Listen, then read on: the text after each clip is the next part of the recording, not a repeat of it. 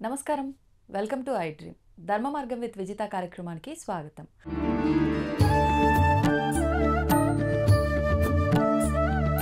ప్రస్తుతం మనతో పాటు ఉన్నారు లలితా అమ్మవారి ఉపాసకులు గీతా కుమార్ గారు. ఇప్పుడు వారితో మాట్లాడి మరిన్ని విషయాలు తెలుసుకుందాం. నమస్తే అండి. నమస్తే మా. ఈ మధ్యకాలంలో ఎక్కువగా లలితా అమ్మవారి గురించి మాట్లాడేవారు, అమ్మవారి నామాలు పారాయణ చేసేవారు, చేస్తున్న దగ్గర కనీసం కూర్చొని వినేవాళ్ళని కూడా ఎక్కువగా చూస్తున్నాం. అంటే అమ్మవారు తెలియకుండానే అందరిలోకి అలా వెళ్ళిపోతున్నారు ఒక రకంగా. ఆ మధ్యలో వారాహి అమ్మవారి గురించి కూడా సడన్గా అందరికీ తెలిసిపోవడము, అందరిలో అమ్మవారు అలా దూసుకెళ్ళిపోవడము, ఆ రకంగా లలిత అమ్మవారు కూడా ఈ మధ్య అందరిలోకి వెళ్ళిపోతున్నారు. అలా ఆవిడ గురించి ఆవిడే ఒక రకంగా తెలియజేస్తుంది అనుకోవాలో ఏంటో తెలియదు. కానీ ఈ నామాల విషయానికి వచ్చేసరికండి, చాలామంది సొంతంగా ఇంట్లో పారాయణ చేసే వాళ్ళు ఉన్నారు, సామూహికంగా ఆలయాల్లో కూర్చొని హౌస్ వైఫ్స్గా ఉన్న లేడీస్ కూడా వెళ్ళి పారాయణ చేయటము చూస్తూ ఉన్నాం. అసలు ఏంటి లలితా పారాయణం వల్ల వచ్చే ఫలితం ఏంటి, అసలు ఎందుకు చెయ్యాలి, చెయ్యాలంటే నియమాలు పాటించాలా, ఎన్నో సందేహాలు, అవన్నీ కూడా మీరే నివృత్తి చేయాలి. ఓకే అమ్మ, శ్రీమాత్రేనమ్మ. ముందుగా మనకి లలితా సహస్రనామం ఎలా వచ్చింది ఇది తెలుసుకుందాం మనం. హయగ్రీవ స్వామి అగస్త్య మహామునికి చెప్పారు అనేది అందరికీ తెలిసిన విషయం. అవును. హయగ్రీవ స్వామికి ఎవరు చెప్పారు? దక్షిణామూర్తి చెప్పారు. లలితా సహస్రనామానికి మొదటి గురువు దక్షిణామూర్తి. దక్షిణామూర్తి స్వామి వారు హయగ్రీవ స్వామి వారికి చెప్తే, హయగ్రీవ స్వామి వారు అగస్త్య మహామునికి చెప్పారు. అగస్త్య మహామునికి ఎందుకు చెప్పారు? ఇంకా చాలా మంది ఉన్నారు, మహర్షులు ఉన్నారు, ఋషులు ఉన్నారు. అవును. ఎందుకు చెప్పారు? ఎందుకు చెప్పారంటే, ఆయన భార్య లోపాముద్ర మనకు తెలుసు. అవును. ఆవిడ వల్ల ఆయనకు ఆ స్థాయి వచ్చింది. ఎందుకని, ఎలా? ఇది యాక్సెప్ట్ చేయకపోవచ్చు ఎవరు ఈ విషయాన్ని. అంటే అగస్త్య మహామునే చాలా ఇది అంటారు, కానీ లోపాముద్ర వల్లనే ఆయనకు అంత స్థాయి వచ్చింది. ఎందుకంటే లోపాముద్రాదేవికి సాక్షాత్తుగా అమ్మవారే గురుపదేశం చేశారు, మంత్రోపదేశం చేశారు. లలిత అమ్మవారే లోపాముద్రాదేవికి మంత్రోపదేశం చేశారు. ఓకే. డైరెక్ట్ గా ఆమెకి ఎవరు గురువులు వచ్చి ఇచ్చింది లేదు, అమ్మవారే స్వయంగా ఇచ్చారు. అందుకు ఆవిడ చాలా, వాళ్ళిద్దరు భార్య భర్త చాలా గొప్ప స్థాయిలో ఉంటారు. మనం ఇప్పటికి చూస్తూ వింటూ ఉంటాం, అగస్త్య మహాముని లోపాముద్రాదేవి అనేసి. ఆవిడ సాధన వల్ల ఆయనకు అంత స్థాయి వచ్చింది, అగస్త్య మహామునికి. అంటే భార్య చేసే సాధన భర్తకి ఈ రకంగా కూడా ఉపయోగపడుతుంది అనుకోవచ్చు. ఒక రకంగా పడుతుంది. ఇది ఎవరికి తెలియక భర్త చేసేదే భార్యకు వస్తుంది, అవును, భార్య చేసేది భార్యకి ఉంటది. నేను లేదని చెప్పాను, కానీ ఒక స్టేజ్ దాటిన తర్వాత వాళ్ళు మునులు, మహర్షులు అండి. మనమంటూ మాతృలు మాత్రమే. అవును, వాళ్ళు వేరు కదా. అలా అమ్మవారు స్వయంగా ఆవిడకి ఇచ్చారు మంత్రోపదేశం. Okay okay. అలా దాని వల్ల ఆయనకు అంత స్థాయి వచ్చి హయగ్రీవ స్వామి ఆయనకు చెప్పడం జరిగింది. లలిత సహస్రనామాలు రహస్య సహస్రనామాలు. రహస్యమే.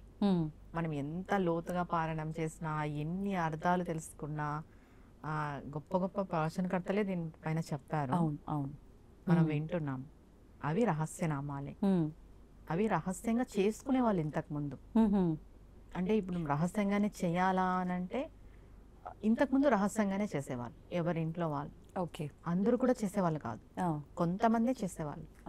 ఇప్పుడు రాని వాళ్ళు చేస్తున్నారు, తప్పులు చదువుతున్నారు. అలా కాకోకున్నట్టు నేర్చుకొని చదవండి. నేను చెప్పేది ఏంటంటే, బాగా నేర్చుకొని ఫస్ట్ వినండి. వింటూ ఉంటే ఆటోమేటిక్గా వస్తుంది. తర్వాత చదవండి. తప్పులు చదవు. అంటే తప్పులు చదివేసి అమ్మ నన్ను క్షమించు అంటే అమ్మ క్షమిస్తుంది అంటారు కదా. అవును. ఎంతవరకు? బాగా అక్షర జ్ఞానం ఉన్న వాళ్ళే తప్పులు చదివితే, లేని వాళ్ళ వదిలిపెట్టండి. లేని వాళ్ళ పరిస్థితి వదిలిపెట్టేస్తాం. అక్షర జ్ఞానం ఉన్న వాళ్ళు కూడా సరిగా అక్షరాలు పలకక తప్పులు చదివితే ఎలా క్షమిస్తుంది? అవును. అంటే తప్పు ఒకసారి 2 సార్లు సరి చేసుకునే, ప్రతిసారి తప్పే చేస్తూ సరి చేసుకోవాలి కదా. ఖచ్చితంగా సరి చేసుకోవాలి. మెయిన్ లలిత సహస్రనామానికి అనుష్ఠుప్ ఉంది, ఛందస్సు. ఓకే. ఇప్పుడు చాలా మంది పారాయణాలు చేస్తున్నారు కదా, కొత్త రాగాలు కూడా మనం వింటున్నాం. రాగాల్లో చెప్పడం, మామూలుగా చెప్పడం, అది అనుష్ఠుప్లోనే చెప్పాలి. అంటే ఒక పద్ధతి ఒక ఉంది, ఆ పద్ధతి ఉంది, పద్ధతిలోనే దానికి ఒక వెళ్ళాలి. లిరిక్ ఉంది, ఆ లిరిక్లోనే చెప్పాలి. ఓకే. ఎక్కువ రాగాలు తీసి చెప్పకూడదు, పాటలాగా అస్సలకే పాడకూడదు. ఇప్పుడు చాలా మంది గ్రూప్ పారాయణాల్లో కొంచెం రాగాలు తీసి చదవడం అలా మనం వింటుంటాం, అలా అసలు పాడకూడదు. అనుష్టుప్ ఛందస్సులోనే చదవాలి లలిత సహస్రనామం. దానికి టైం ఇంతే. నేనేదో ఫాస్ట్గా చదివేసి 15 నిమిషాల్లో కంప్లీట్ చేశానని, నేనేదో గంట సేపు అలా కాదు. 20 to 25 minutesలో లలితా పారాయణ కంప్లీట్ కావాలి. 20 minutes ఖచ్చితంగా. అంటే ఎక్కడ మొదలు పెట్టాలి, ఎక్కడ పులి స్టాప్, మళ్ళీ ఎక్కడ నుంచి హైలో అది లో చాలా అట్లానా? subject. అవును, ఎక్కడ మనం బ్రేక్ పెట్టాలి, ఎక్కడ కంటిన్యూగా చదవాలి బ్రేక్ లేకోకున్నట్టు, ఓకే. అలా ఉన్నాయి దాంట్లో నామాలు. అలా బ్రేక్స్ వస్తాయి, బ్రేక్స్ వచ్చినప్పుడు మనం బ్రేక్స్ వచ్చినప్పుడు బ్రేక్స్ పెట్టుకున్నట్టు కంటిన్యూగా చదవడం, కంటిన్యూగా చదివే నామాన్ని బ్రేక్ పెట్టడం, అర్థాలు మారిపోతాయి పూర్తిగా, కంప్లీట్ గా అర్థాలు మారిపోతాయి. ఓకే. లలితా సహస్రనామ పారాయణం చేస్తున్నారు అంటే అంటాం కదా, ఒళ్ళు కళ్ళు అన్ని దగ్గర పెట్టుకొని చేయాలి. అమ్మవారు నేనేదో చేసే వేరే స్తోత్రాల విషయం పక్కన పెట్టేస్తే ఇవి రహస్యంగా చెప్పబడినవి ఇవి. ఇంకా చెప్పాలంటే శ్రీ విద్యకి మొదటి మెట్టు లలితా పారాయణం, లలిత సహస్రనామాలే. ఎప్పుడైతే మనం లలిత సహస్రనామాల పారాయణం చేస్తూ ఉంటామో ఇది మొదటి మెట్టు. ఓకే. అంటే శ్రీ విద్య ఒకవేళ నేను సౌందర్యలహరి, లలిత సహస్రనామాలు శ్రీ విద్యకే సంబంధం. సౌందర్యలహరి కూడా శ్రీ విద్యనే. అందులో ఎన్ని శ్లోకాలు? 100 శ్లోకాలు. నామాల శ్లోకాల? శ్లోకాలు. ఈ 1000 నామాలు అక్కడ 100 శ్లోకాలుగా ఉన్నాయనుకోవచ్చు. అవి వేరు ఇవి వేరు, వేరు వేరు. కంప్లీట్ గా ఇది అమ్మవారి గురించి ఎలా వర్ణన, అది అమ్మవారి అయ్యవారి గురించి వర్ణన. ఇద్దరు గురించి అక్కడ ఎక్కువ అమ్మవారి గురించే, ఇద్దరు గురించి ఉంటుంది. ఇది కంప్లీట్ గా అమ్మవారి గురించి, అమ్మవారు ఎలా ఉన్నారు. అసలు ఏంటండి సౌందర్య లహరి అంటే ఏంటి, అసలు అర్థం ఏంటి? సౌందర్య లహరి అని అంటే అమ్మవారి యొక్క సౌందర్య వర్ణన. దీనికి ఏం చెప్పబడింది అంటే, ఆది శంకరాచార్యులు కైలాసం వెళ్ళినప్పుడు అమ్మవారు శ్లోకాస్ ఇచ్చారంట, ఇది జనులకు ఇవ్వు అనేసి. ఓకే. వచ్చేటప్పుడు నందీశ్వరుడు లాగేసుకున్నారని చెప్తారు, కొంతమంది వినాయకుడు లాగేసుకున్నారు, ఇలా 2 రకాలుగా వింటున్నాం మనము. లాగేసుకున్నారు, అది చింపేశారు.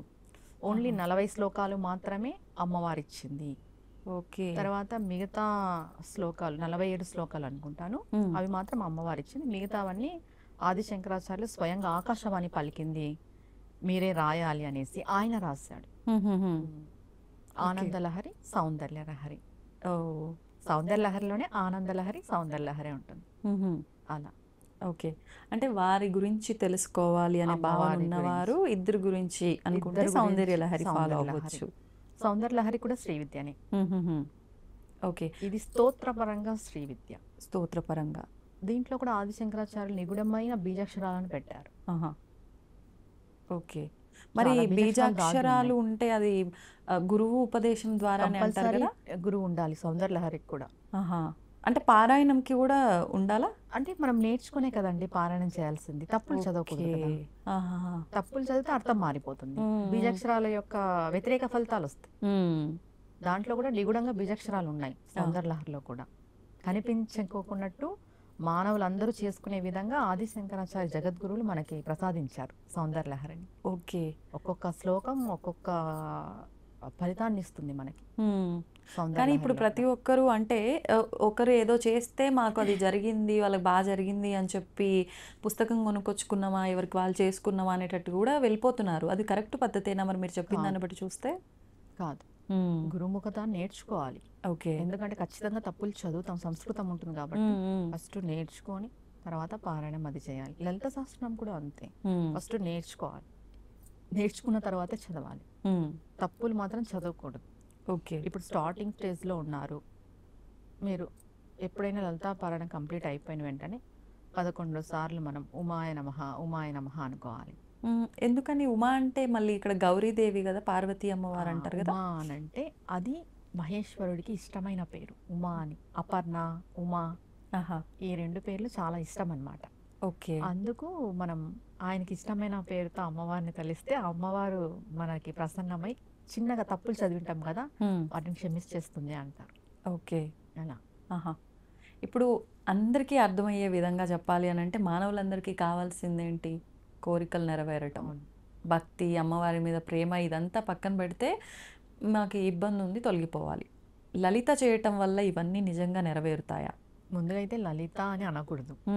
లలిత సహస్రనామాలు, లలిత అని మనం అనకూడదు. ఓకే.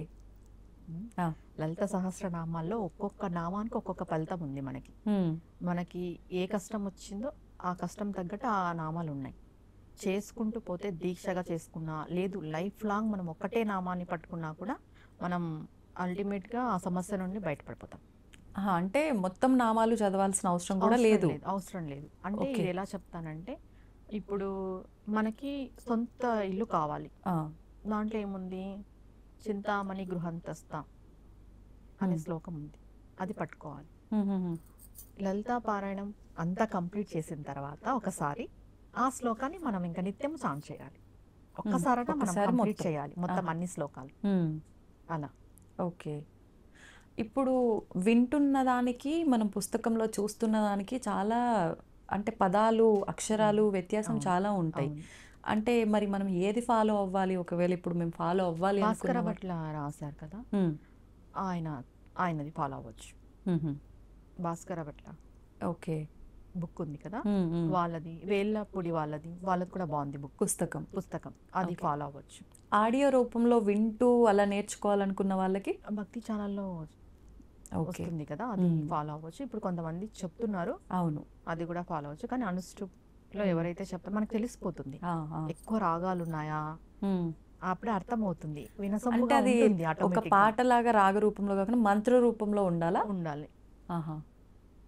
Okay okay. మరీ రాగాలు ఉండకూడదు, మరీ ఫాస్ట్ ఉండకూడదు. అలా ఒక 2-3 నామాలు ఏమన్నా చెప్తారా అట్లా?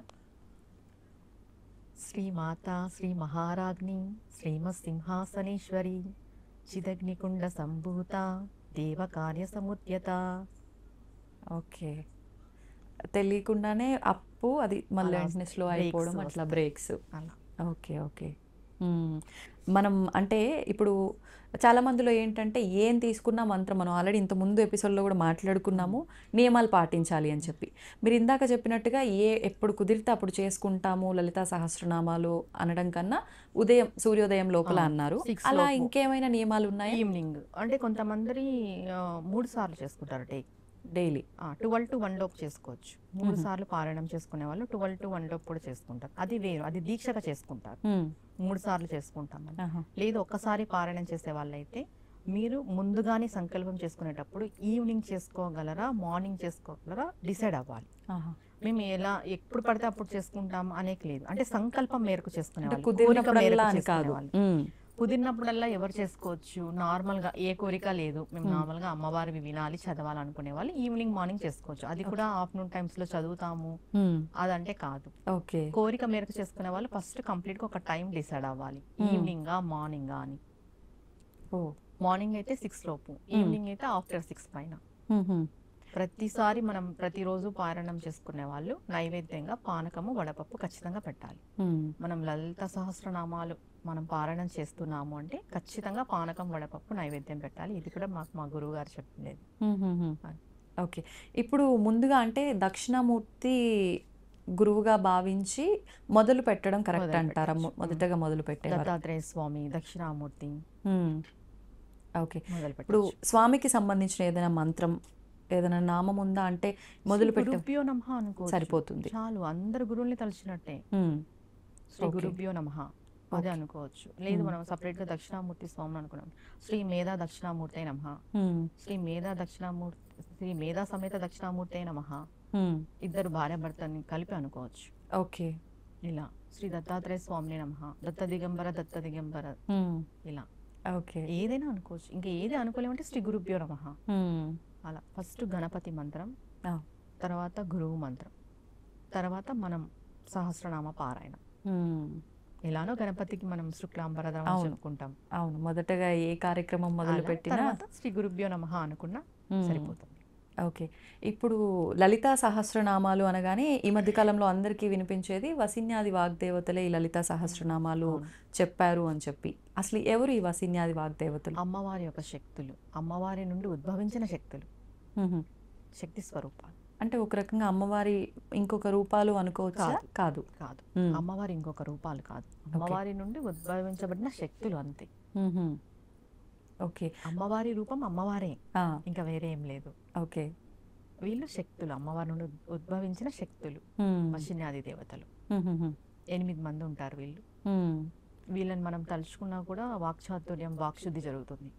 ఓహ్! అంటే అంటారు. విడిగా వీళ్ళకి సంబంధించిన జస్ట్ ఆరాధన? పేర్లు వశిని, నార్మల్. కామేశ్వరి, భగమాలిని ఆహా! అట్లా వీళ్ళ నేమ్స్ ఉన్నాయి 8. హ్మ్. 8 నేమ్స్ వస్తాయి. హ్మ్. అనుకున్నా కూడా మనకి వాక్శుద్ధి కలుగుతుంది అంటారు. హ్మ్. అంటే వీళ్ళని తలుచుకోవటం వల్ల మనకు మాటకి పవరా? ఏమనొచ్చు దాన్ని? ఎలా వాక్శుద్ధి, మాట్లాడాలి? వాక్చాతుర్యం, వే ఆఫ్ హ్మ్. టాకింగ్ అంటాం కదా. ఒకరు మాట్లాడితే మనం అట్రాక్ట్ అవుతాం కదా. అవును. అవును. అలా ఓకే. అది పెరుగుతుంది. హ్మ్. అంటే వీళ్ళు మాట్లాడుతుంటే అలా వింటూనే ఉండాలి. ఉండాలనిపిస్తుంది. ఇప్పుడు అలా అంటాం కదా. అవును. అవును. అట్రాక్ట్ అవుతాం. ఆ ఓకే. వాక్శుద్ధి కలుగుతుంది మనకి. హుహుహు. వాక్చాతుర్యం అంటాం కదా. అది హ్మ్. ఓకే. 8 పేర్లు. హ్మ్. ఇప్పుడు చాలామంది లలితా పారాయణము, లలితా సహస్రనామ పారాయణం అనేది ఇళ్ళల్లో ఒక వారం వీళ్ళింట్లో, ఒక వారం వాళ్ళింట్లో అని చెప్పి ఇలా ఏర్పాటు చేసుకొని చేస్తూ ఉన్నారు. ఇది సరైన పద్ధతేనా? చెయ్యొచ్చా? సరైన పద్ధతే, హ్మ్. చెయ్యొచ్చు. కానీ బాగా చదవాలి. కరెక్ట్‌గా చదవాలి. తప్పులు లేకుండా. తప్పులు లేకోకున్నట్టు. పారాయణం పెట్టుకోవడం తప్పు అనను నేను. హ్మ్. కరెక్ట్‌గా మంచి వేలో నీట్‌గా నేర్చుకొని దానికి ఒక ఛందస్సు ఉందని నేను చెప్పాను కదా. హ్మ్. అనుష్టుప్ ఛందస్సులో పారాయణం చేసుకోవాలి ప్రతి ఒక్కరు. హుహుహు. ఓకే. ఊరికే పారాయణాలు చేస్తున్నాం, పాడుతున్నాము, రాగాలు అలా కాదు. హ్మ్. మీరు ఎప్పుడు ఎవరు పారాయణాలు పెట్టుకున్నా, ఎంత మందితో కలిపి పెట్టుకున్నా కూడా హ్మ్. మెయిన్ పానకం, వడపప్పు మిస్ కాకూడదు, స్కిప్ కాకూడదు. ప్రసాదం అయితే అది ఖచ్చితంగా దానిపైన ఎన్నైనా పెట్టుకోవచ్చు. కానీ అవి 2 ఖచ్చితంగా ఉండాలి ఆహా! పారాయణం చేస్తున్నప్పుడు మాత్రం. ఓకే. ఇప్పుడు ఖచ్చితంగా పారాయణ చేయాలి అనుకునే వాళ్ళు ఇంట్లో గానీ, పూజా మందిరంలో గానీ మాత్రమే చెయ్యొచ్చా? లేదండి మాకు ఒక 2, 3 గంటల జర్నీ ఉంది. మేము డైలీ ఆఫీస్‌కెళ్ళాలంటే చేసుకోకూడదు. అలా కూడా చేసుకోవచ్చా? చేసుకోకూడదు. ఎందుకనండి? అవి రహస్య నామాలండి. వాటికంటూ ఒక శక్తి ఉంది. మేము ఎలా పడితే అలా ఇప్పుడు బస్సులో మనం జర్నీ చేస్తుంటాము. ఎవరు ఎలా ఉంటారో మనకి ఎలా తెలుసు? ప్లేస్ కూడా శుద్ధిగా ఉండాలి కదా. అవును. మన ఇంట్లో, మన గృహంలో హ్మ్. నీట్‌గా, ప్లెజెంట్‌గా ఉండి మన పూజా మందిరంలో చేసుకోవచ్చు. టెంపుల్స్‌లో చేసుకోవచ్చు. ఆహా! అంతే తప్ప ఎక్కడ జర్నీలో చేస్తాం. దాంట్లో ఒక నామాన్ని తీసుకుంటాం కదా. హ్మ్. దాన్ని మనం చాంటింగ్ చేసుకోవచ్చు. ఓకే. అంటే మీరు చెప్పినట్టుగా ఒకసారి పారాయణం అయిపోయినాక ఒక సింగిల్‌గా నామం ఉంటుంది. తీసుకున్నప్పుడు. ఎప్పుడు చాంటింగ్ చేసుకోవచ్చు. ప్రాబ్లం లేదు. హుహు. మొత్తం సహస్రనామాలన్నీ చదువుతామంటే చదవకూడదు. హుహు. అలా ఓకే. కూర్చొని నీట్‌గా పద్ధతిగా చదువుకోవాలి అది హ్మ్. ఒక చోట. ఓకే. ఇప్పుడు చదవాలన్నా గూడా అంటే డైలీ తలస్నానం చేయాలి. లేదంటే ఇలానే ఉండాలి. ఇక్కడే చేయాలి ఇంట్లో. ఇవి కూడా ఏమైనా చూసుకోవాలంటారా డైలీ అండి? తలస్నానం నియమం అయితే లేదు లేడీస్‌కి. హ్మ్. పసుపు నీళ్ళు జస్ట్ మనం చిలకరించుకున్నా కూడా సరిపోతుంది. ఓకే. లేడీస్‌కి నియమం అయితే లేదు. హ్మ్. మనం ఏ టైంకి అయితే స్టార్ట్ చేసి ఎండ్ చేస్తామో ఆ టైంకే చేయాలి. మార్నింగ్ 6 లోపు అనుకుంటే మార్నింగ్ 6 లోపు ఖచ్చితంగా చేయాలి. సంకల్పం పెట్టుకున్న వాళ్ళు. హ్మ్. ఒక కోరిక మేరకు చేస్తారు కదా. ఖచ్చితంగా 6 లోపు అనుకున్న వాళ్ళు 6 లోపు. లేదా ఈవినింగ్ చేసే వాళ్ళు ఈవినింగ్. ఇది మెయిన్. హుహుహు. డైలీ తలస్నానం నియమం అయితే కాదు. పూజా మందిరంలో ఎక్కడ చేస్తామో అక్కడే. హ్మ్. అంతే. ఓకే. బయట చేస్తాం కుదరలేదు. మెయిన్ దీక్ష సంకల్పం పెట్టుకునే వాళ్ళు ఎక్కడికి వెళ్ళకండి. హ్మ్. జర్నీస్ గానీ, పక్కా ఊర్లకు గానీ, ఎవరైనా ఇంటికి గానీ అది కంప్లీట్ అయిన తర్వాత వెళ్ళొచ్చు. ఎన్ని రోజులు పెట్టుకోవచ్చంటారు అలా ఒక దీక్ష పెట్టుకోవాలనుకుంటే? కొంతమంది 6 మంత్స్ చేస్తారు. 45 డేస్, హ్మ్. 21 డేస్, కొంతమంది త్రిరాత్రి వ్రతం అని చేస్తారు. ఆహా! ఇది ఎలా? ఇది ఎలా అంటే 3 రోజులు 3 పూటలు లలితా పారాయణం చేస్తారు. ఆహా! 9 సార్లు 9 పారాయణం సార్లు. అయిపోతుంది. ఓకే. అలా చేస్తారు. ఆహాహా! నెక్స్ట్ డే 4th డే ఘన నైవేద్యం పెట్టేసి అమ్మవారికి హ్మ్. దీక్షా విరమణ చేస్తారు. హుహుహు. అంటే ఇది ప్రత్యేకించి పలానా తిథి రోజు లేదంటే ఈ రోజే చేయాలి అని ఏమైనా? ట్యూస్డే స్టార్ట్ చేయొచ్చు, మంగళవారం స్టార్ట్ చేయొచ్చు, హ్మ్. లేదా ఫ్రైడే స్టార్ట్ చేయొచ్చు. ఓకే. అలా ఆహా! అంటే మనం ఎక్కువగా త్రిరాత్రి అమ్మవారి వ్రతం. ఆరాధన చేసే రోజులు మంగళ, శుక్రవారాలే ఆ, తీసుకుంటాం కాబట్టి ఆ డేస్లో స్టార్ట్ చేసేసుకొని ఓకే. 3 పూటల లలితా పారాయణం చేస్తాము. కొంతమంది తినరు, ఆహారం కూడా తినరు, పళ్ళు పాలతోనే ఉంటారు. Complete 3 days. కంప్లీట్ 3 డేస్ ఉంటారు ఓకే. పళ్ళు పాలతోనే. హ్మ్. ఇంకా అమ్మవారికి డైలీ పానకం, వడపప్పు 3 పూట్ల ఇదే పెడతారు. పెట్టిన నైవేద్యం తిని ఉంటారు, పండ్లు అవి అంతే. Last day 4th day early మార్నింగే ఘన నైవేద్యం పెట్టేసేసి హ్మ్. మనం దీక్ష విరమణ చేసుకుంటాం. అప్పుడు కూడా పారాయణం చేస్తాం 10వసారి. ఆహా! ఇది కూడా చేసుకోవచ్చు. ఓకే. ఓకే. హ్మ్. అంటే ఇది ఇలా ఫాస్ట్ రిజల్ట్. ఇది చేయడం వల్ల. ఓకే. త్రిరాత్రి వ్రతం ఫాస్ట్ ఎక్కువగా అంటే మామూలుగా మనకి దేవి నవరాత్రుల్లో కూడా 3 రాత్రులుగా డివైడ్ డివైడ్ చేస్తారు కదా. చేస్తారు. లాస్ట్ 3 days త్రిరాత్రి వ్రతంగా భావిస్తాం. అష్టమి నవమి దశమి 3 days గా విభజన చేస్తాం కదా. అవును. సరస్వతికి, అవునండి. మహాకాళికి, మహాలక్ష్మికి అలా సపరేట్గా త్రిరాత్రి వ్రతం అని లలితా అమ్మవారికి కూడా చేసి లలితా పారాయణం చేసుకోవచ్చు. సంకల్పం పెట్టుకొని ఏదైనా కోరిక, ఓకే. ధర్మబద్ధమైన కోరిక. అంటే ఏ కోరికైనా మనకు ఇది అవ్వాలి అనుకున్నది పెట్టుకోవచ్చా, లేదంటే పలానా ఈ త్రిరాత్రికి సంబంధించి ఈ కోరిక కోసమే అని? మనది ఏదైనా ఏ కోరిక? సంసార పరంగా కానీ, ఇప్పుడు నిత్య జీవితంలో మనకి ఏమేమి అవసరాలు ఉంటాయో అవును. అవి ధర్మబద్ధమైన కోరికలు ఖచ్చితంగా నెరవేరుతాయి. ఇది నిజంగా చాలా సింపుల్ కూడా, అందరూ చేసుకోవచ్చు. ఎక్కువ రోజులు అంటే నియమాలన్నీ మళ్ళీ బ్రేక్ చేసేస్తామో అన్న భయం ఉంటుంది. పారాయణం చేయాలి లలితా పారాయణం. ఇంకా 3 రోజులు బయటికి కదలొద్దా? కదలద్దు. ఆహా. భూసైనం చేయాలి. కొంతమంది ఏకభుక్తం ఉంటారు, కొంతమంది కంప్లీట్ గా తినరు. అది కూడా మన సంకల్ప ప్రకారంగానేనా? అది కూడా మన సంకల్పం, మన ఆరోగ్యరీత్యా చూసుకోవాలి. ఓకే. ఇప్పుడు దీక్షల్లో ఉన్నప్పుడు చల్లనీళ్ళ స్నానాలు అని ఇలా అంటూ ఉంటారు, దీనికి కూడా అది వర్తిస్తుందా? ఏదైనా మన ఆరోగ్యరీత్యానే చెప్తా నేను. ఓకే. మీరు స్నానం చేసుకోగలము అంటే చల్లనీళ్ళ స్నానం చేసుకోవచ్చు. మీరు తలస్నానం చేసుకోగల కెపాసిటీ ఉంటే తలస్నానం చేయండి, లేదు అంటే వేడి నీళ్ళ స్నానమే చేయండి, ఒళ్ళుకే చేయండి. ఓకే. ఏదైనా మన ఆరోగ్యరీత్యా, మనం ఆరోగ్యాన్ని కష్టపెట్టుకొని చేయమని దేవుడు చెప్పలేదు. అవును, అవును. మనకు ఆరోగ్యం కూడా సహకరించాలి కదా. అవును, అన్ని దృష్టిలో పెట్టుకుని ఏ పూజ చెప్పినా కూడా ఆరోగ్యరీత్యా మన ఇంటి వాతావరణం మనకు అన్నిట్లోనూ సహకారం ఉందంటే మీరు మోర్గా చేసుకోవచ్చు. లేదు ఇంతే చేసుకోగలమని అంతే చేసుకోండి, బాధ ఏం అవసరం లేదు. మనస్ఫూర్తిగా చేసుకోవాలి ఏది చేసుకున్నా కూడా. అయ్యో మేము అలా చేయలేకపోతున్నామే, ఇలా చేయలేకపోతున్నామే అవసరం లేదు. మనసు అనేది ముఖ్యం ఇక్కడ. ఓకే. ఇప్పుడు ఇలాంటివి ఏమైనా చేయాలి అన్నప్పుడు ఖచ్చితంగా వైఫ్ ఇలాంటివి మొదలు పెట్టాలన్నప్పుడు హస్బెండ్ పర్మిషన్ ఖచ్చితంగా తీసుకొని వాళ్ళకి ఇష్టం ఉంటేనే మొదలు పెట్టాలి అని చెప్పి అంటారు, అది వాస్తవమే? వాస్తవమే. ఎందుకంటే వాళ్ళు సహకరిస్తే బాగుంటుంది కదా. అవును, అవును. హస్బెండ్ సహకరిస్తే బాగుంటుంది. ఒకవేళ సహకరించకపోతే వదిలేయటం కరెక్టా, లేదు చేయటం కరెక్టా? అంటే ఇదేదో మనం తప్పు చేస్తున్నట్టు కదా, అమ్మవారి ఆరాధన చేస్తున్నాం, అది కూడా మన కుటుంబం కోసం చేస్తున్నాం కదా. అటువంటి సందర్భాల్లో అమ్మవారికి ఒకటే చెప్పుకోవాలి, అమ్మ నా ఇంటి పరిస్థితి బాగలేదు, మా వారు ఒప్పుకోవట్లేదు, మా వారి మనసు మారిస్తే నేను చేసుకుంటా. నాకు చేసుకోవాలని ఉంది సంకల్పం, మార్చే బాధ్యత నీది, చేపించుకునే బాధ్యత నీది. ఇక్కడ ఎప్పుడైనా కూడా ఏ పూజ ఏ వ్రతమైనా నేను చేస్తున్నాను అనే భావన కంటే మీరు చేయించుకుంటున్నారనే భావన ఉంటే సవ్యంగా జరిగిపోతుంది. మీరే చేయించుకోవాలి, నా చేత అనేది ఉండాలి. నేను చేస్తాను వద్దు, మీరు చేయించుకోవాలి. అమ్మవారికి ఇదే మొక్కాలి, శరణాగతి అంటాం కదా. ఎప్పుడు కూడా మీరే చేయించుకోవాలి, మీరే బాధ్యత. నేను శరణ్ కోరుతున్నాను, నేను మీ పాదాలు పట్టుకున్నా, నాకేం తెలీదు, మీరు ఎలా తీసుకెళ్తే అలా నా జీవితం అని చెప్పేసుకుంటే అమ్మవారు తీసుకెళ్తుంది. ఇక్కడ నేను అనే అహం, నేను చేస్తున్నాను అదేదో మనం ఏం చెయ్యం అక్కడ. ఆమె అనుగ్రహం ఉంటేనే మనం చేయగలం. ఓకే. ఇప్పుడు లలితా సహస్రనామాలు మొత్తము మేము పారాయణ చేయలేము, ఒకవేళ చేసినా మేము ఎక్కడ తప్పులు చదువుతాము, ఇలాంటి భయాలు ఉన్నవాళ్ళు ఓన్లీ శ్రీమాత్రే నమః అనుకున్నా కూడా మొత్తం పారాయణ చేసిన ఫలితం ఉంటుంది అంటారు, వాస్తవమా అండి? 1000 సార్లు శ్రీమాత్రే నమః అనుకుంటే మొత్తం పారాయణం చేస్తాం. 1000 సార్లు? 108 times కూడా చేసుకోవచ్చు. కానీ మనం మంచి పారాయణ ఫలితం రావాలి అంటే 1000 సార్లు అనుకోవాలి, జపం చేసుకోవాలి శ్రీమాత్రే నమః. దీనికి మనం ఇంకా సమయాలు అవన్నీ ఏం చూసుకోవాల్సిన అవసరం లేదా? సమయం ఉంటుంది, దీనికి కూడా సమయం చూసుకోవాల్సిందే. సంకల్పం అంటే కోరిక ఉంటే సమయం ఉంటుంది, కోరిక లేదు అని అంటే సమయం ఉండదు. ఓకే. సంకల్పానికి ఖచ్చితంగా సమయం అనేది ఇంపార్టెంట్ అండి. సమయపాలన అంటాం కదా. అవును, ఖచ్చితంగా సమయం ఇంపార్టెంటే సంకల్పానికి. అంటే ఈ టైం లోపల నీ కోరిక తీరాలి అంటే ఈ టైంలో నువ్వు ఖచ్చితంగా అవి చేయాలి. మనం ఒక గోల్ పెట్టుకొని ఉంటాం, ఈ టైంకి అంతా నాకు అది జరిగిపోవాలి అని. అవును, అది జరగాలంటే నువ్వు ఇక్కడ కూడా సమయపాలన పాటించాలి. కరెక్టే. అలా. ఓకే. అంటే మనకు జరగాల్సింది జరగాలి, మనం చెయ్యాల్సింది కూడా కరెక్ట్గా చెయ్యాలి. ఓకే. అంటే మీ జర్నీ స్టార్ట్ అయ్యి 7 years అవుతుంది ఇలా అమ్మవారిని పట్టుకోవడం? అమ్మవారిని పట్టుకోవడం అంతా 7 years. ఓకే. ఈరోజు నేను ఇలా మీ ముందుకు వచ్చానంటే చిన్న విషయం కాదు, అది 1 రోజు 2 రోజుల్లో జరిగిన విషయం కాదు. దీని వెనకాల 7 years సాధన ఉంది.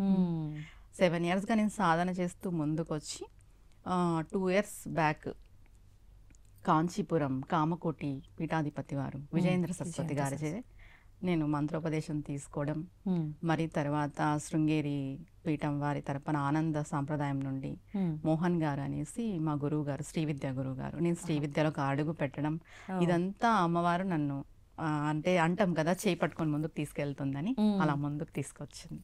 ఈరోజు ఇలా శ్రీ విద్యలో ఒక ఉపాసకురాలుగా నేను సాగుతున్నాను. మీ జర్నీ మొదలైంది అలా. అవును. ఓకే.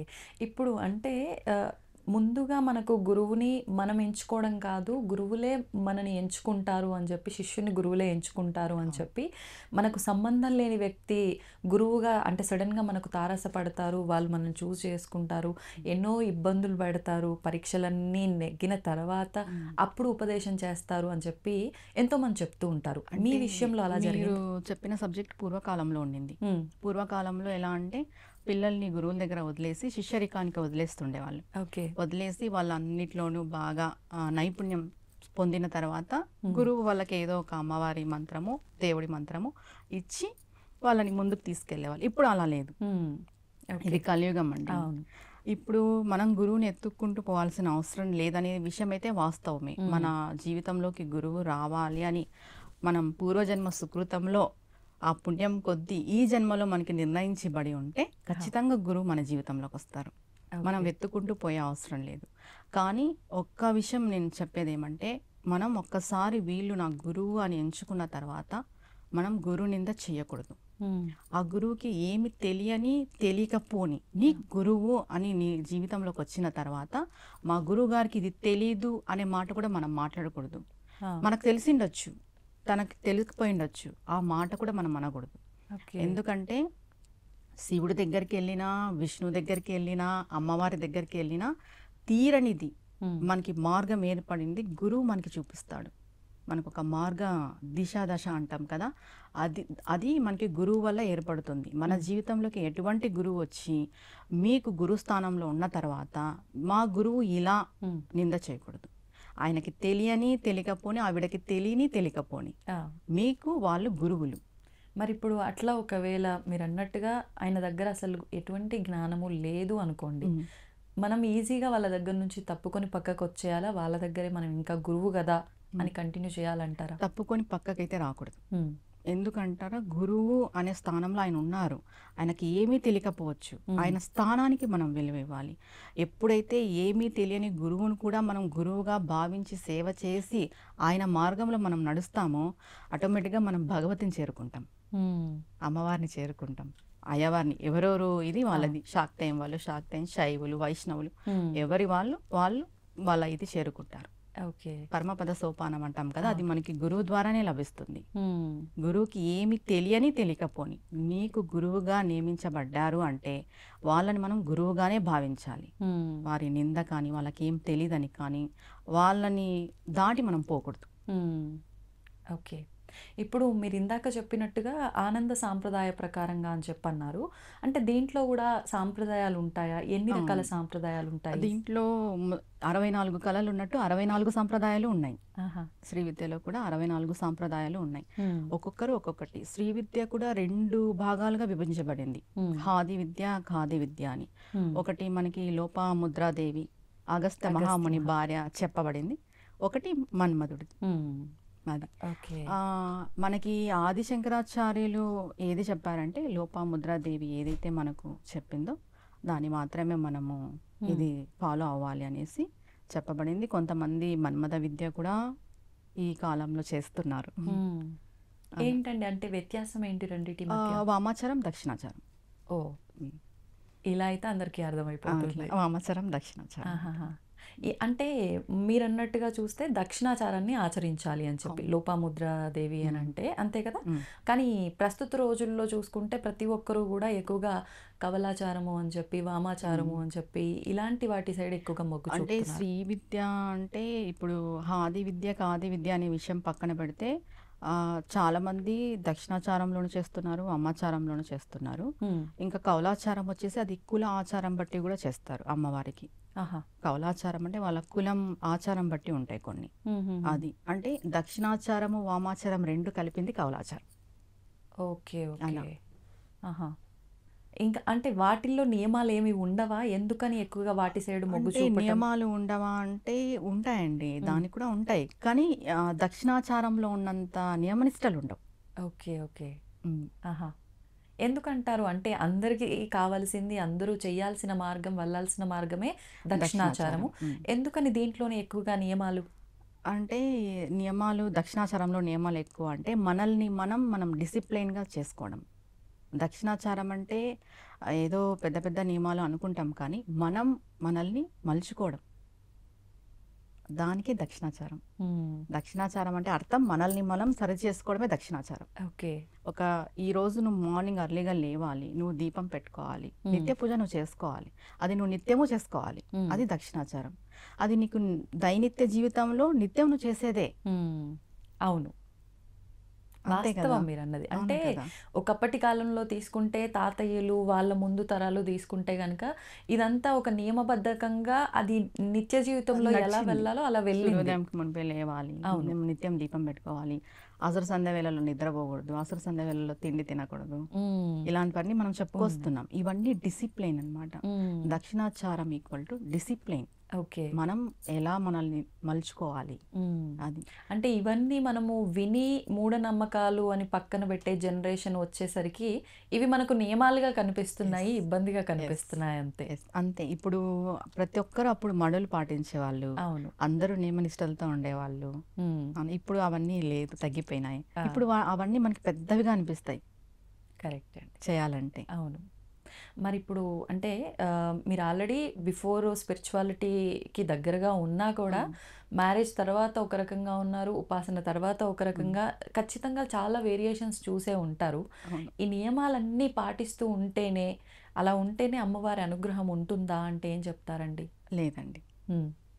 మెయిన్ మన మనస్సు మంచిదై ఉండాలి. ఆ! మనం ధర్మంగా ఉండాలి. మనం ఒకరికి హాని చేయకూడదు. ఒకరి గురించి మనం తప్పుగా మాట్లాడడం కానీ ఏది జరగకూడదు. హ్మ్. ఒకటి మనం ఉదయం లేసినప్పటి నుండి మన వరకు మనం ఏం చేస్తున్నాం? మనం మంచే చేస్తున్నామా? మనం మంచే వింటున్నామా? మనం మంచే చూస్తున్నామా? అంతే. దీన్ని బట్టి ఉంటే దీన్ని సాయుజ్యం అంటారనమాట. మనం ఒక నియమంగా రేపటి నుండి నేను ఉదయాన్నే లేవాలి అని పెట్టుకొని నువ్వు అది కంటిన్యూగా ఫాలో అయితే అది హ్మ్. కూడా ఒక సాయుజ్యం కింద, అది కూడా ఒక భక్తి, అది కూడా ఒక దీక్ష కింద వస్తుంది. ఓకే. మీరు స్నానం ఆచరించే వంట చేయాలి అనుకుంటే ఖచ్చితంగా మీరు అది ఆచరించి మీరు ప్రతినిత్యం అది చేస్తూ వచ్చారంటే ఒక 6 మంత్స్‌కి అది హ్మ్. కూడా ఒక భక్తి కిందనే వస్తుంది. హ్మ్. ప్రతి ఒక్కటి మనం చేసే ప్రతి మంచి పని కూడా భక్తే. ఆ! ఇవి చేస్తేనే అమ్మవారిని చేరుకుంటామా అంటే కాదు. మనం ఇన్ని వ్రతాలు, నోములు పెద్ద పెద్దగా పూజలు చేసేసి, గ్రాండ్‌గా పూజలు చేసేసి, మనం ఏదో మంచిగా లేకపోవడం, మన మనసంతా ఆ! కల్మషం అయిపోవడము, మనం పక్క వారి గురించి ఏదేదో మాట్లాడడం, అవును. ధర్మంగా లేకపోవడం, హ్మ్. ఇవన్నీ ఉంటే మీరు ఎన్ని పూజలు చేసినా కూడా ఏం ప్రయోజనం లేదు. ఓకే. మెయిన్ మన మనస్సు అనేది ఇంపార్టెంట్ అండి హ్మ్. పూజకి. మీరు పూజ చెయ్యని, చేయకపోని మీరు మంచిగా మన మనస్సు మంచిగా ఉంటే హ్మ్. ఆటోమేటిక్‌గా మనం భగవతిని చేరుకుంటాం. ఓకే. దీనికి ఒక ఎగ్జాంపుల్ చెప్పాలి అంటే మనం ఒక గెస్ట్‌ని ఇంటికి పిలుస్తాం. మనకి చాలా ఇంపార్టెంట్ గెస్ట్. ఆ! ఒక మంచి చైర్ సింహాసనం పైన వేసి కూర్చోపెడతాం. తర్వాత ఇంకొకరిని పిలుస్తాం. వాళ్ళని కూర్చోపెడతాం. తర్వాత ఇంకొకరొస్తారు. హ్మ్. వాళ్ళని కూర్చోపెడతాం. సింహాసనంలో ఇరుకైపోదు. ఇప్పుడు మన మనస్సు అనే మందిరంలో మనం భగవతిని కూర్చోపెట్టినాము. హ్మ్. అక్కడ మనము కామ, క్రోధ, మధు, మాత్సర్యాలను తెచ్చి కూర్చోపెడితే భగవతి ఎలా ఉంటది? ఆమెకి ఎరుకైపోదు. ఆమె ఉండదు. ఉండలేదు. మన మనసు అనే సింహాసనం ప్లెయిన్‌గా, క్లీన్‌గా హ్మ్. ఉంటే భగవంతుడు మన మనసులోనే ఉంటాడు. కానీ ఎలా సాధ్యపడుతుందంటారు? అంత కల్మషం లేకుండా ఉండటం ఈ ఈ కలికాలంలో? కలియుగంలో సాధ్యపడదు కాబట్టే నామం పట్టుకోవాలి. హ్మ్. భగవంతుని నామస్మరణ ఎల్లవేళలా మనం చేయాలి అని చెప్తారు. ఓకే. ఈ కలియుగంలో మనం ఈ రాక్షస గుణగణాలన్నీ మనం ఓవర్‌కమ్ చేసుకోవాలి అంటే ఖచ్చితంగా ఏదో ఒక నామం. మీ ఇంటి దైవం కావచ్చు, మీ కుల దైవం కావచ్చు, మీరు నమ్ముకున్న దైవం కావచ్చు, ఏదో ఒక నామం మనం స్మరిస్తూ ఉండాలి. హ్మ్. ఇంకొక విషయం ఏం చెప్తారంటే ఒక శ్లోకం కూడా ఉంది సౌందర్యలహరిలో. హ్మ్. ఆహ్, ఆ శ్లోకంలో ఏం చెప్పారంటే, మనం నిత్యము చేసేది అమ్మవారికి ఎలా అర్పిస్తాము? మనం నేను చూసే ప్రతిదీ హ్మ్. నీకే సమర్పిస్తాను. నేను చేసే ప్రతి పని అంటే నేను ఇలా చేతులు కదుపుతాను, అవి నీకు ముద్రలుగా మారిపోవాలి. నేను తినే ఆహారం, నువ్వు ఇచ్చే ప్రసాదం, ప్లస్ నేను తిన్నది నీకు నైవేద్యంగా మారాలి. నేను వేసే ప్రతి అడుగు నీకు ప్రదక్షిణగా మారాలి. నేను ఏ ముద్రలు, నా బాడీలో ఏ కదలికలు అయితే ఉన్నాయో అవన్నీ నీకే సమర్పణ. నేను అనుభవించే ప్రతి సుఖభోగాలు కూడా నువ్వు ఇచ్చింది, అది కూడా నీకే సమర్పిస్తున్నాను అని చెప్పబడుతుంది అనమాట. ఓకే. అంటే అది ఎలా అంటే మనం మాట్లాడే మాటలు అమ్మవారికి మంత్రాలుగా ఎలా అవుతాయి? మనం మంచిగా మాట్లాడితేనే కదా అవును, అమ్మవారు స్వీకరిస్తుంది. అంతే అండి. మనం వేసే అడుగులు అమ్మవారికి ప్రదక్షిణ కావాలి అంటే మనం మంచి వైపు అడుగులు వేస్తేనే కదా వాస్తవం. అవి ప్రదక్షిణగా మారేది. అవును, మనం తినే ఆహారం నైవేద్యంగా ఉండాలి అంటే మనం మంచి ఆహారం తీసుకుంటేనే కదా అవును, అది నైవేద్యంగా మారేది. అవును. మనం చేసే చేష్టలు మనం మంచిగా చేస్తే, ఇప్పుడు ఒకరిని నిందించడం ఆ వేరియేషన్ వేరైపోతుంది. మనం మంచిగా ఒకరిని పొగడ్డం ఆ వేరియేషన్ వేరైపోతుంది.